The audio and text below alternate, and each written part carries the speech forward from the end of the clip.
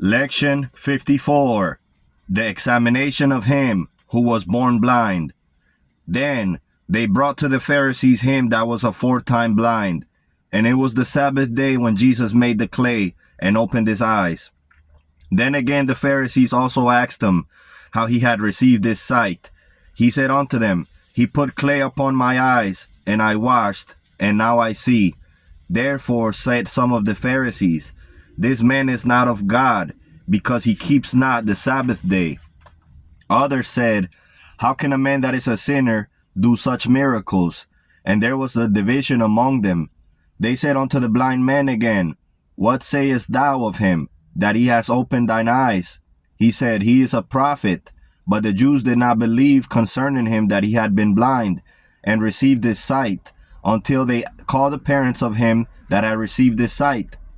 And they asked them, saying, Is this your son, who you say was born blind? How then does he now see? His parents answered them and said, We know that this is our son, and that he was born blind. But by what means he sees now we know not, nor who has opened his eyes. He is of age, ask him, he shall speak for himself.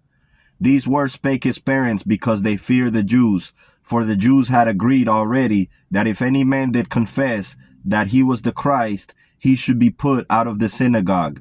Therefore said his parents, He is of age, ask him. Then again called they the man that was blind, and said unto him, Give God the praise. We know that this man is a sinner. He answered and said, Whether he be a sinner or no, I know not. One thing I know, that, whereas I was blind, now I see. Then said they to him again, What did he do to you? How he opened your eyes? He answered them, I have told you already, and you did not hear. Wherefore would you hear it again? Will you also be his disciples? Then they reviled him and said, You are his disciples, but we are Moses' disciples. We know that God spake unto Moses, and for this fellow we know not from where he is from.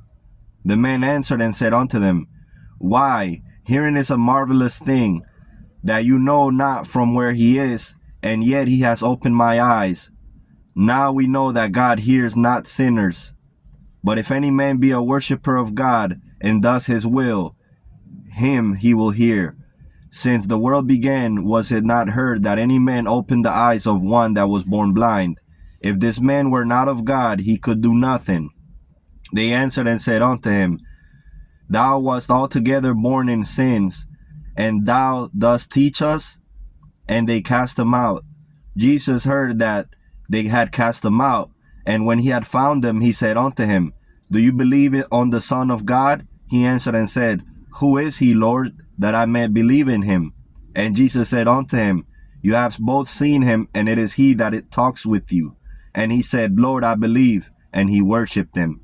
And Jesus said, For judgment I am come into the world, that they which see might not see, and they which see might be made blind.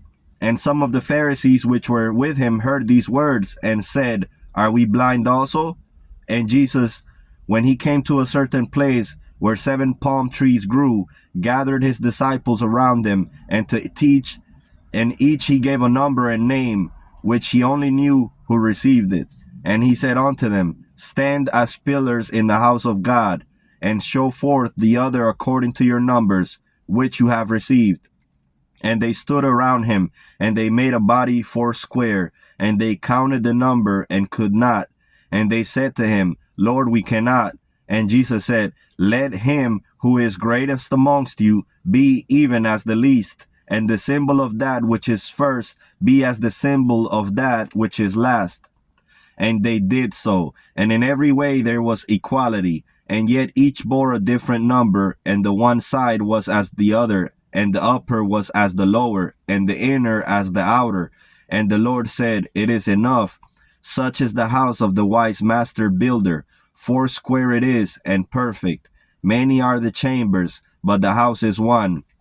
Again, consider the body of man, which is a temple of the Spirit, for the body is one, united to its head, which is with which it is one body, and it has many members, yet all are one body, and the one Spirit rules and works in all, so also in the kingdom.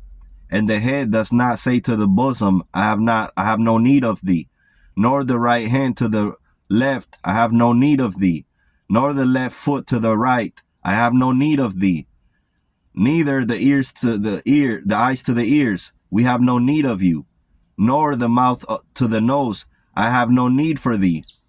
For God hath set in one body every member as is fitting. If the whole were the head, where were the breasts? If the whole were the belly, where were the feet? Yeah, those members, which some affirm are less honorable, upon them has God bestowed the more honor. And those parts, which some call uncomely, upon them has been bestowed more abundant comeliness, that they may care one for the other.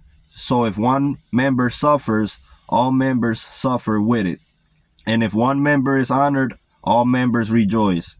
Now you are my body, and each one of you is a member in particular, and to each one of you do I give the fitting place, and one head over all, and one heart the center of all, that there be no lack nor schism, that so with your bodies, your souls, and your spirits you may glorify the all-parent through the divine Spirit, which works in all and through all.